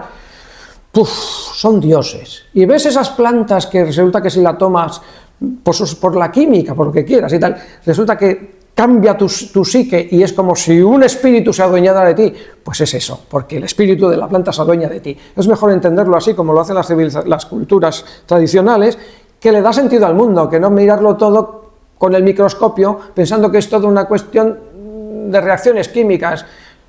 ¿Qué más dan a las reacciones químicas? Lo importante es el sentido. Claro, o sea, te gusta bastante, ¿no?, el tema de las religiones antiguas, la griega, la romana, los vikingos y así, ¿no? La vasca. La vasca, sí, también. Claro, que decir que el agnosticismo me parece una postura de, ay, no, me guardo mi opinión, como decir, sí, échale al resto, no seas mongas. Hay una teoría que me gusta bastante, que dice que, claro, nosotros ahora no estamos muy avanzados en cuanto a tecnología así. Si estuviéramos mucho más avanzados de lo que estamos y en un punto de la historia, en un punto del futuro, somos capaces de crear un universo desde cero, o sea, crear un universo distinto al nuestro, que no esté dentro del nuestro. Si somos capaces de crear eso, que sería como una especie de simulación, ¿no? Si nosotros con nuestra tecnología podemos crear eso, la posibilidad de que nosotros ya estemos en una simulación es enorme. Porque ¿qué es más probable? ¿Que seamos la primera simulación o el primer universo y luego ya vamos creando simulaciones, o que ya estemos en una simulación que alguien ha creado? Todas esas ideas son sugerentes, pero son simplemente mitos modernos para dar sentido al mundo. No, pero digo, o sea, que igual no somos capaces. Si fuéramos capaces de crearlo con un ordenador muy avanzado, con una tecnología muy avanzada que no tendría nada que ver con la nuestra, ¿no? Si pudiéramos crear eso... Si se puede crear algo de la nada, realmente de la nada, pero sería crearlo de la nada, si tienes que utilizar tu tecnología. Bueno, o no creándolo de la nada. Pero si no es de la nada, bueno, bien, lo que puedes crear un universo aislado de este, claro, en el cual sus leyes físicas sean unas y nada salga y nada entre. Por eso puedes crear... no es posible, ¿sabes? Pero si fuera posible. Puedes crear un agujero negro y entonces, como decía Sagan, ¿quieres ver lo que hay dentro de un agujero negro? mira alrededor. Se puede considerar que el universo es un agujero negro, porque nada puede salir. Pero tú piénsalo, es que es probabilidad pura. ¿Qué es Bien, más probable? ¿Que seamos la primera? Sí, se podría crear un universo. ¿Qué es más probable? ¿Que seamos la primera, el primer universo, el primer mundo existente, ¿no? Ahora mismo? ¿O que seamos ya una simulación? Quiero decir que son sugerentes y te pueden gustar y decir, vale, le veo sentido, pero creo que no hay suficientes datos como para decir es verdad. Pero no se trata de que sea verdad. El asunto es que son ideas que sirven para dar sentido. No importa que no sean ciertas. Sí. Luego hay otra teoría también que dice, bueno, lo dicen bastantes científicos, que si sabes la posición de un átomo y la dirección y la velocidad a la que va, puedes predecir el futuro. Entonces, claro, eso ya quita la idea del libre albedrío, ¿no? De que tenemos libertad de decisión. Pero eso va en contra del principio, o sea, que es el principio de incertidumbre de Heisenberg, que no puedes saber todo eso. Es imposible. A nivel de física cuántica, a mayor precisión de la posición, pues ya no sabes la dirección, y al revés. O sea, al fin y al cabo, tú para ver una partícula necesitas luz. Si para ver una partícula más pequeña necesitas una luz de una longitud de onda muy pequeña. Como es de una longitud de onda muy pequeña, tiene una energía enorme, rayos gamma. Y eso en cuanto incide sobre la partícula, para poder verla, porque tiene que darle y reflejarla. Cuando un rayo gamma de esos incide sobre la partícula, le mete un golpe que la desvía. Entonces, es por eso. Entonces, no se puede conocer todo eso, y por eso O sea, ¿tú crees que el futuro hay incertidumbre. El futuro es algo que no está escrito, entonces, desde tu punto de vista? En principio, no. Otra cosa es que haya regularidades y que se pueda ver hacia dónde va, Quiero decir ciertas cosas, pero no todo, ¿no? Pero sí que se puede ver, pues no, con esta tendencia, pero también hay efectos caóticos. Entonces, ¿qué decir? ¿Qué va a pasar con la humanidad? Pues depende. Pues aparte de lo que hace la humanidad, hay otros factores que van a afectar, ¿no? Entonces, y luego una cosa es lo que creemos que va a pasar. Depende de las premisas de lo que creemos. Que son las reglas que están funcionando, y muchas premisas habría que reevaluarlas. Y, por ejemplo, lo del cambio climático y el calentamiento global. No hace tantos años, en los años 70, lo que se estaba temiendo es que viniera una nueva glaciación. Sí, o sea, eso es algo que siempre dicen, lo del cambio climático y todo esto, y, o sea, el cambio climático siempre ha existido. Claro. Es algo que lleva existiendo desde que se creó la Tierra. Antes había fuego, luego hubo glaciaciones. Ha habido cambios del clima, ha habido constantemente, claro. y se sabe, la ciencia cierta, que ha habido glaciaciones, claro. Épocas en las que había más CO2, épocas más calientes, pero ahora se trata del cambio climático como algo que es... No, ahora el cambio climático significa que hay un calentamiento global. Y echan la culpa a los humanos. Y muy rápido, y por los humanos, y no solo por los humanos, por el CO2. Ahí hay muchas asunciones. Hay intereses detrás de eso. Intereses, y está muy cogido por los pelos. Y hay muchos, dicen, no, pero el consenso científico es del 97%, es mentira. Y hay muchos con muy buenos argumentos que te dicen, no es lo que parece. Y lo silencian. O les tachan de que están locos o que no tienen razón. Claro, entonces, pero claro, no importa que sea mentira, si es útil. ¿Es útil para qué? Es útil para eliminar los coches del motor de explosión, y para que la gente no pueda tener su independencia de movimiento, y para... en algún sitio he leído que todo ese desplazamiento de la idea de que iba a venir una nueva glaciación y pasar al cambio climático fue un encargo de Margaret Thatcher a un grupo a los científicos, sí, para promover las centrales nucleares. Entonces, ahora los hidrocarburos son los culpables de todo. ¿Tú crees que somos muy manipulables? Absolutamente. Es que tenía otra pregunta por ahí abajo que te iba a hacer, que, o sea, hicieron como un experimento, ¿no? Hace años ya, que le ponían en una pantalla 3 palos, 3 palos. Unos eran iguales y había uno que era distinto. Sí, el experimento de Ash. Y les ponían en una mesa y estaban todos involucrados menos uno. Sí, es muy famoso. Entonces les iban diciendo, vale, ¿cuál es el más largo? Y todos decían, este. Y estaban diciendo realmente el que no era más largo. Y el último, que tenía que decir que cuál era más largo, como todos habían dicho el que no era, acababa diciendo una mentira, aunque él era consciente, porque tú lo ves, que era más largo el otro. Pero lo mejor... por involucrarse al grupo, por tener esa mente colmena o como lo quieras llamar, decía la mentira por ajustarse al grupo. Pero algunos lo decían dándose cuenta de que no era lo que estaban viendo, pero a otros llegaban a verlo como los otros decían. No, o sea, creo, sí, influibles hasta ese punto. Sí, tienes que ir al experimento de Ash y leer la letra pequeña, pero hay muy poca gente mantenía solo un 25% de la gente, así mantienes lo que ella ve. O sea, solo el 25% de la gente mantiene lo que ellos veían. Creo, o sea, ese es el nivel de seguridad que tiene el mundo respecto a su punto de vista de ver las cosas. Sí. Es muy loco. Muchos se pliegan para no dar el cante y otra parte, otro 25% así, no son conscientes ya de lo que ven, realmente ven lo que oyen en vez de lo que ven. Y así funciona el mundo, sí, bien. Entonces, las verdades, lo que es verdad, lo que es útil y lo que es verdad, lo que funciona. Mira cómo es verdad lo de que el tiempo pasa diferente, porque los relojes atómicos funcionan con diferentes frecuencias a diferente potencial gravitatorio. Sí. Por lo tanto, los relojes atómicos de los satélites, para que se mantengan sincronizados con estos, hay que mandarlos de tal manera, corrigiéndolos para que cuando lleguen allí, vale, eso significa que los relojes atómicos funcionan a diferentes frecuencias, a diferentes altitudes. Pero no el tiempo. Muy bien, pero no el tiempo. ¿Por qué? Claro. O sea, es el reloj, no el tiempo. Claro, porque el reloj cambia. Claro.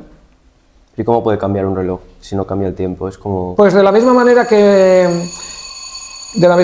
un reloj de péndulo también cambia, porque un reloj de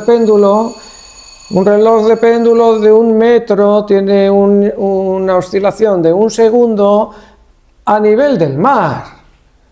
Pero cuando te alejas del nivel del mar, pues ya hay que cambiar la longitud, porque eso sí que depende de la atracción gravitatoria. En el caso de los relojes atómicos no depende exactamente de lo mismo, pero sí que las oscilaciones atómicas cambian en función del potencial gravitatorio. Pues eso significa que la velocidad de la luz es diferente, no que el tiempo sea diferente.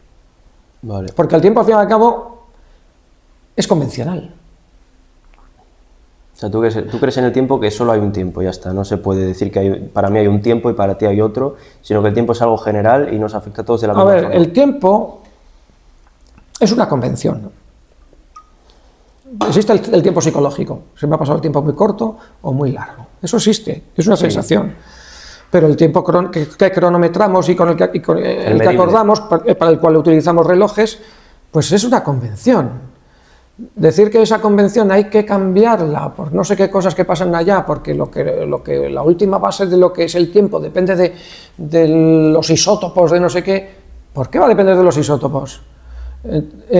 Vamos a utilizar el sistema de sincronización de Einstein entre Europa y Estados Unidos. No, vamos a utilizar el tiempo dado por el meridiano con respecto al Sol. Claro, ¿cuál es más real? El que es más útil, más práctico para la vida. Vale, ahora vamos a entrar un poco más en tema ya conspiranoicos y así, temas conspiranoicos que van a estar bastante interesantes. Hablemos de extraterrestres. La ausencia de evidencia, ojo con esta frase, la ausencia de evidencia es evidencia de la ausencia. No lo sé. A ver, con respecto a eso, una cosa que parece bastante clara, como según lo que tú decías antes, que es más probable y tal. En lo grande que es el universo, siempre nos gusta ver la película Contact. Basada en Yo no la he visto esa. Pues la vemos en clase. Sí. Claro, lo primero del curso. ¿Cuál fue? ¿Una película? La de Jodie Foster, dirigida por Robert Zemeckis. ¿Pero de qué era? ¿Era una de chica? Una niña que es astrónoma su padre se muere cuando ella es joven y tal, y hace hay una señal de extraterrestre y ahí son los planos para hacer es verdad, una sí, máquina. que se intentaban comunicar con eso. Sí, es verdad, es verdad. Y entonces, eso está basado en una novela de Carl Sagan también. Es mejor la película que la novela. Pero lo que dicen, si no hubiera más gente en este enorme universo, más gente inteligente, otras civilizaciones, si no hubiera cuánto espacio desaprovechado, qué pérdida de espacio, en vez de pérdida, qué pérdida de espacio, qué pérdida de espacio-tiempo, podríamos decir. Sí, tiene lógica que tenga que haber. Otra cosa es que están aquí, nos están vigilando, yo de eso no sé, tampoco, igual cuando tenía tu edad incluso, pues sí que leía cosas sobre ese asunto, pero quiero decir que me preocupan más las cosas que nos hacemos los propios humanos. Es que las dos cuestiones son ¿cómo se dice? Las dos opciones dan miedo. La opción de que estemos solos, que seamos los únicos... No creo. Los únicos en todo el universo. No, eso no puede. Y no, también que hubiera vida, ¿sabes? También no es probable. Desde luego el origen de la vida tiene que ser algo bastante universal. O sea que, y ya se sabe que hay bacterias que andan por ahí por el universo, que tienen una resistencia tremenda. O sea que, entonces son extraterrestres las bacterias. Sí, hay bacterias extraterrestres. Entonces sí hay extraterrestres, ¿no? Podríamos decir, aunque sean bacterias. Así lo considero, creo. A ver, te digo de refilón de cosas que he leído así muy por encima, pero sí. En algunas cápsulas espaciales resulta que hay bacterias que se les ha pegado por ahí, se les han pegado de por ahí. Bien. Es que, a ver, yo creo que siendo tan enormemente grande que es el universo, que yo creo que igual no nos lo podemos ni imaginar de lo grande que es. Muchas personas ni se lo imaginan lo grande que es. Y con tantos planetas habitables, porque se han ido encontrando planetas y planetas. Claro, es que todavía hace pocos años no había planetas afuera del sistema solar, no se conocían bien. Claro, y es que en alguno de esos planetas tiene que haber vida, por pura estadística, ¿sabes? Claro, eso está claro. Tiene que haber llegado a un grado de inteligencia y tecnológico como el nuestro o superior, y hace mucho que están por aquí y tal. Pues eso, no con el tiempo igual se sabe, o igual con el tiempo nos cuentan una patraña de que sí y resulta que es que no, porque ahora ya con los hologramas y tal te pueden hacer creer lo que quieras. Con la inteligencia artificial y todo. Bien, pues bueno, a ver si con el tiempo se llega a saber, o se vuelve a generar una creencia en un sentido o en el otro, ya se verá. No es algo que me quite el sueño, me preocupan más los humanos. Sí, ¿no? Sí. ¿Realmente llegamos a la Luna? La cuestión es que en el año 1969. La banderola esa, ¿verdad? Parece que... Joder, es que ves las imágenes, ves la nave con la que se supone que fueron a la Luna y parece un juguete de, no sé, parece hecha de plástico o envuelta con papel albal, no sé. Tío. Yo no sé, no te puedo decir, ¿verdad? Pero lo que sí es cierto es que por lo que se ve en la Luna hay situados unos espejos que colocados por los humanos. Eso se sabe. Claro, y esos espejos se pueden hacer pruebas. En el The Big Bang Theory hacen una prueba en la cual envían un láser a ese espejo. Esos espejos tienen la peculiaridad de que reenvían el haz de luz al mismo punto del que ha partido. Hostia, qué precisión, ¿no? Hombre, a ver, de aquí a la Luna incluso un láser no va en un hilillo, se va haciendo un cono, y a la vuelta también. La cuestión es que, teniendo en cuenta que la Tierra y la Luna se van moviendo alrededor del Sol, teniendo en cuenta que el Sol se va moviendo alrededor de la galaxia y que ese movimiento puede ser realmente muy grande, ¿cómo es que ese láser vuelve al punto de partida de la Tierra? Porque eso, con respecto al universo, es enorme la distancia, pero es que la luz viaja con nosotros. ¿Qué significa eso? ¿Qué significa eso? Pues que todo el asunto ese del interferómetro que no detectaban el viento de éter y tal, estaba mal diseñado. Era imposible. Porque entonces dicen, no existe, la luz viaja en el vacío. Sí, pero el vacío, como dice Einstein, es que ya no es el vacío. Porque con la teoría general resulta que ya no es el universo de Newton, que es todo vacío. es más parecido a la Universidad de Descartes, que está todo lleno, porque no existe el vacío, porque está todo lleno de campo, del campo físico. Entonces, eso viaja junto. Entonces, yo no sé si es la magnetosfera del Sol o qué. La luz que enviamos a la Luna y que vuelve está acompañando a la magnetosfera del Sol o la magnetosfera de la Tierra. Entonces, si tú intentas encontrar con un interferómetro de Michelson-Morley interferencias en una dirección y en la otra y no detectamos que vaya el movimiento de traslación de la Tierra, jolín, porque la luz va con nuestra magnetosfera. Pero eso, o sea, la luz se deja, o sea, se cambia de dirección o de... La idea era que si la Tierra se mueve a 30 kilómetros por segundo alrededor del Sol, de media, pues la luz que va en perpendicular y la que va en esa dirección, pues tenía que surgir interferencias, porque no es lo mismo hacer el teorema de Pitágoras que ir en línea recta, atrás, para atrás y para adelante. No es lo mismo hacer esto que hacer esto. Entonces tenía que surgir interferencias, no surgían. Y entonces de ahí viene todo el rollo de la contracción del espacio y todo ese rollo. Pero ¿qué pasa? Lo mismo pasa, mandas el haz de luz a la Luna y vuelve. Pero en realidad, con respecto al centro de la galaxia, nos hemos desplazado igual que 200 kilómetros. ¿Por qué vuelve? Porque va con la magnetosfera, y entonces el experimento de Michelson-Morley estaba condenado al fracaso y no demuestra nada.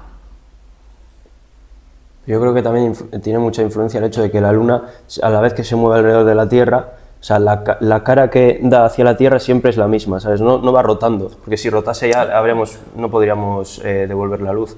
Entonces, claro, al ir moviéndose alrededor de la Tierra y con esta cara siempre, pues puede volver la luz. Sí, pero aún así, el conjunto Sol, Tierra, Luna y Sistema Solar se ha desplazado 400 kilómetros con respecto al centro de la galaxia. ¿Sabes? Imagínate, se está desplazando, pero la Luna y eso sigue 400 kilómetros o no sé cuántos con respecto al centro de la galaxia. Entonces, la luz no va independiente del sistema solar. Va con él. Va con él. Claro, y la luz del interferómetro de Michelson-Morley no iba independiente de la Tierra, va con ella. Por lo menos en lo que es el movimiento de traslación. El movimiento de rotación no, porque por eso las señales no tardan lo mismo de Europa a Estados Unidos que a la inversa. La luz no acompaña el movimiento de rotación, porque la magnetosfera, por lo que sabéis, no está girando con nosotros. Pero sí se traslada con nosotros. Bueno, estos son todo cábalas que yo hago, que igual los físicos dirán, este tío no dice más que disparates. Puede ser. Son temas complejos, que para entender. Pero creo que yo le veo más sentido a eso que a lo que me cuentan. Vale, otra pregunta. ¿Tú crees que existe un grupo que está fuera del gobierno, fuera de todas las personas que conocemos así, no importantes, que gobiernan el mundo, un grupo que está por encima de esos y que no sabemos quiénes son y controlan a los políticos, a los gobernadores, a todas las cabezas políticas del mundo, les controlan de forma voluntaria y como si fueran marionetas básicamente, y realmente es una élite mucho más poderosa y que controla el mundo y que no sabemos quiénes son? ¿Podría pasar eso? Yo creo que sí sabemos quiénes son. Es decir, que está claro quién domina el mundo occidental, dónde está el dinero, y todas las corporaciones están entrelazadas. Entre BlackRock y Vanguard lo tienen todo. Entonces, no es ningún secreto. BlackRock y Vanguard. No es ningún secreto. Y se sabe cómo... O sea, que son marionetas los políticos. No sé si los políticos son marionetas. Habrá políticos honestos que quieren llevar a cabo la política. Pero últimamente se ha sustituido la política por la tecnocracia. En la tecnocracia a nivel mundial. Es decir, que no importan los gobiernos están aquí solo para cumplir los nuevos pactos internacionales, lo que dicen la ONU y no sé quién y no sé cuántos, y esos son burócratas que no ha elegido nadie. Y tienen sus programas y eso es lo que se impone. Lo mueven, alguien lo mueve, desde luego la política tradicional está absolutamente desfasada. Por eso, ¿cómo se mueve? ¿Con el dinero? Dicen que el dinero mueve el mundo y todo eso, ¿no? Bueno, pero es que el dinero está ahí y entonces, pero bueno, ¿cuál es el mayor poder que mueve todo? ¿El dinero es el mayor poder o hay otros poderes más importantes, otras formas de mover? El dinero es el poder. Sí, ¿no? Sí. pero bueno, la otra cosa es qué objetivos tienen y por qué. ¿El dinero es más poderoso que la influencia o que el poder en sí de controlar el mundo? Es que es el dinero el que, bueno, claro, sí, el que te da ese poder. Sí. Entonces hay excepciones. Hay excepciones. Pues bueno, sí, hay excepciones. Bueno, decía una persona, no me acuerdo quién, ¿cómo se llama? El pequeño Nicolás, muy conocido aquí en España. Decía que uno de los poderes más potentes, incluso más que el dinero, o eso lo recuerdo yo, eran los medios de comunicación. Ahora, antes sí. Es que antes, claro, ahora tenemos redes sociales y podemos ver distintos puntos de vista, pero antes que literalmente la información verídica y real se creía que era la información que salía en la televisión. O sea, lo que salía en la televisión era la verdad, ¿sabes? Pero la televisión cambió mucho. Pero que había un monopolio, ¿sabes?, de la información. Pero cambió mucho. El periodismo dejó de ser periodismo cuando en Estados Unidos permitieron que las farmacéuticas hicieran publicidad directa al consumidor. Porque entonces las farmacéuticas se hicieron los amos de la publicidad y empezaron a controlar la televisión y la radio absolutamente. Y entonces, en el 2008-2009, cuando la supuesta gripe porcina o tal, que hubo un desastre de una vacuna que dejó incapacitadas a muchas, sobre todo mujeres, chicas, sí. En Suecia, eso salió a la luz. Iñaki Gabilondo lo decía en 4, no sé dónde estaba entonces, diciendo esto es lo que ha pasado. Eso desapareció una vez que las farmacéuticas son las que ponen el dinero para los medios de comunicación. Ya no hay ninguna crítica y entonces, quiero decir, es el dinero el que te da el poder. ¿Tú crees que las farmacéuticas nos quieren enfermos crónicos? Porque esa es una cosa que dicen mucho, ¿no? Que no quieren sacar curas que curen automáticamente una enfermedad, sino que es más rentable que estemos enfermos siempre, que tengamos que estar medicándonos constantemente, porque así tenemos que comprar durante toda nuestra vida. En cambio, si crean una cura que te cura automáticamente de lo que tengas, ya el negocio se va a la mierda, porque ya pagas una vez para comprar eso, te curas y ya no estás comprando. O sea, a nivel de negocio, yo también lo pienso y digo, las farmacéuticas, yo, si fuera el que las maneja y no quiero el bien de la gente, sino que quiero el beneficio de ganar el mayor dinero posible, yo quiero dar medidas, no medidas que terminen con esa enfermedad, sino que te la vayan manteniendo y que tú puedas vivir más o menos. Business es business. Es así, ¿no? Business es business, eso está claro. Pero hay fármacos maravillosos que han hecho han sido benefactores de la humanidad. Un premio Nobel se consiguió por la invención del ivermectin, que eliminó la ceguera del río y la elefantiasis, o no sé cómo es exactamente. Y es un antiparasitario que además luego se ha demostrado que tiene propiedades antivíricas y anticancerígenas. Sí. ¿Y qué pasa? Que es genérico, no se puede hacer negocio con él. O sea, ya está, podríamos decir que ya tenemos la cura del cáncer o... Pues a ver, no es milagroso, pero por lo que se ve hay muchos datos de que ayuda mucho. Y también hubo muchos datos ya al principio de que era muy bueno contra el COVID, de eliminar tus posibilidades de ir al hospital y morir en un 70%, sobre todo para la gente. Se hicieron al principio en el 20 ya, un montón de experimentos y se estaban recompilando un montón de información, pero luego uno de los científicos que estaba implicados en eso, a favor del asunto, tal, como dependía de una beca de un organismo de las Naciones Unidas, pues al final hizo un estudio en el cual puso a todos de la gente que estaba haciendo otros estudios, en vez de hacer lo que se tendría que haber hecho, que es un artículo en el cual examinas la evidencia y tal, pues los puso a todos como coautores y un totum revolutum muy poco académico, y luego al final, no se sabe quién escribió, seguramente no él, sino algunos burócratas, y diciendo que hacía falta más evidencia, o sea que a pesar de que había un montón de señales que decían esto desciende la hospitalización y la muerte, un montón, lo que se decidió es que hacía falta más evidencia. ¿Por qué? Porque si un fármaco genérico, ya genérico, barato y accesible, era la cura, entonces ya no había razón para un medicamento de urgencia nuevo, con una tecnología nueva que queremos experimentar y sacar un montón de dinero para que sea aprobado.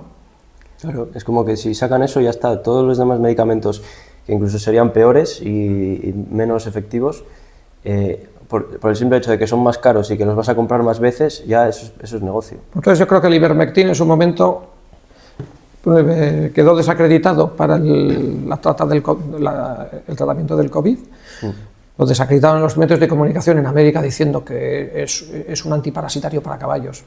Hay dosis para caballos, pero es un medicamento, uno de los grandes benefactores de la humanidad. Sí, falacias. Absolutamente seguro durante decenas de decenios, se ha demostrado, y funcionaba.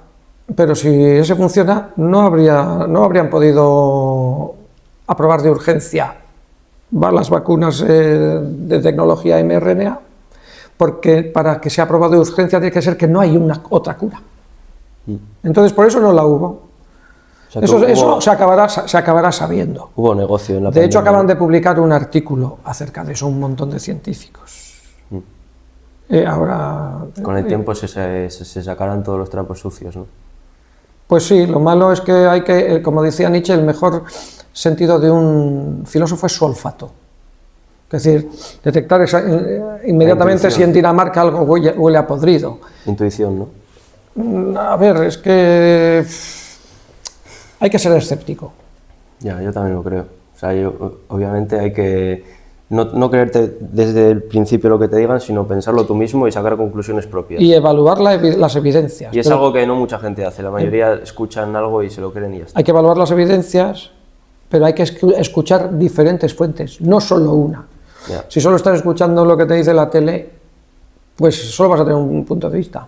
Ya, imagínate antes, que no había más formas, la forma era la tele. Sí, pero hubo una época, imagínate la tele aquí durante el franquismo, pues era la televisión franquista, pero después, ha habido más, después ya con la transición, todavía seguía siendo la televisión de la transición, pero luego había más cadenas, y todavía había una cosa, en el posfranquismo, en la transición, todavía había una cosa que era la honestidad del periodismo, pero eso cambió. Eso cambió en cuanto el periodismo ya depende de una financiación muy concreta y está en muy pocas manos y tal.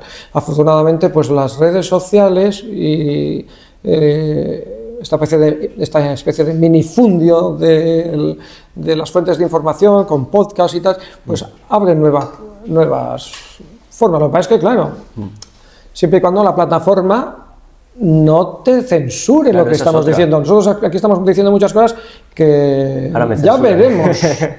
Sí, la palabra que has dicho antes del virus que hubo también es bastante censurable. Tendré que poner pitidos luego o algo, porque si no... Claro. Sí. Y luego también, ¿tú crees que en España, por ejemplo, bueno, en España o en general en el mundo entero, pero bueno, ahora en España, ¿tú crees que hay libertad de expresión absoluta? O sea que, porque, por ejemplo, no hay en ningún sitio libertad de expresión en absoluto. Lo que se está promoviendo es que todo el mundo se autocensure. Porque no se puede llamar a nada por ningún nombre. No se puede decir nada de lo que pienses, pero nada de lo que era absolutamente normal hasta hace poco. O sea, que creo que este actor que hizo de Superman y se quedó paralítico y tal, hizo algo en contra de la parálisis y tal, diciendo, pues... Entonces, pero ya le montaron la bronca porque, ¿qué está diciendo? ¿Tienes algo en contra de los minusválidos y tal? O sea, reconocer que algo es una minusvalía es ir a atacar a los minusválidos. No, ya. O sea, pero se toma así. Entonces, pues es un disparate. Se malinterpreta la intención. Que la intención no es ir en contra de los minusválidos, es otra distinta. Es al revés, es poner... Claro. Pero, o sea, que no es que les puede doler, pero vamos a ver, lo que les duele es tener la minusvalía, por supuesto. Si alguien te piensa que eres menos persona por eso o que tienes menos derechos, no. Eso pasa pero con reconocer, muchas cosas, reconocer ¿no? los hechos, pues, pero ya no se pueden reconocer los hechos. Con muchas cosas, también hay un montón de temas hoy en día que pasa lo mismo en todos los temas. La gordofobia, por ejemplo. Dice alguien que hay que intentar que no haya tanta obesidad en el mundo porque está aumentando de forma masiva y es malo para la salud. Y es como si estuvieras contra esas personas. No estás en contra de esas personas. Dices, no. Deberíamos llevar dietas saludables, hacer deporte, ¿no? Lo típico. Y dicen, estás en contra de las personas gordas, estás atacándolas. Y dices, no, estoy intentando ayudarlas, estoy intentando decirles cómo hacer para que mejoren. Y el argumento es porque habrá gente que es así, no por su dieta y tal. Eso habría que verlo porque no son los genes. No son los genes. A ver, yo creo que en parte sí. Dependen de los efectos de las injerencias externas. Entonces, también trabajamos en clase lo de la epigenética. Los genes son unos, pero hay las moléculas alrededor de los genes, las histonas, determinan qué genes van a ser expresados y cuáles no. Y eso es eso lo puedes influir por medio de la dieta, por medio de la exposición al sol, por tus hábitos. O sea que, y seguramente, y lo puedes influir también con los medicamentos. Seguramente algo ha pasado que ha cambiado los genes que se tenían que expresar. Y es heredable también.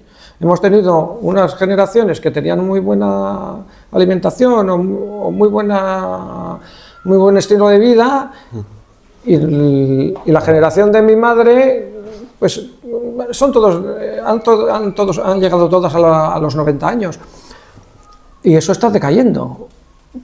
Entonces, nosotros hemos tenido una herencia epigenética muy buena, pero no sabemos nuestros hijos y nuestros nietos, depende de lo que tú comas hoy, tus hijos y tus nietos van a nacer ya con otra tendencia para la expresión de otros genes. Los genes están ahí, pero entre ese conjunto, ¿cuáles se expresan, cuáles no?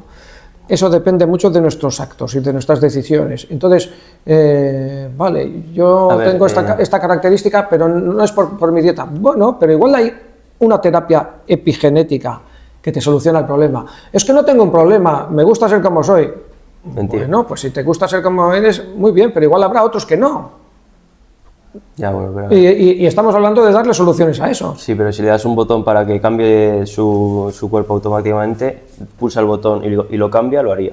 Bueno, no lo sé, yo no voy a juzgar lo que pasa por la mente de una persona. Yo creo, a ver, igual no en todo el mundo, pero yo digo que el 99% lo haría, ¿sabes? Lo dicen para defenderse un poco, ¿no? Para no sentirse mal. Porque claro, es que la excusa de que vas a molestar a alguien o tal, se utiliza para no poder hablar de nada. Es que... Esa especie de puritanismo... Yo creo que hay una parte que es genética y eso es así.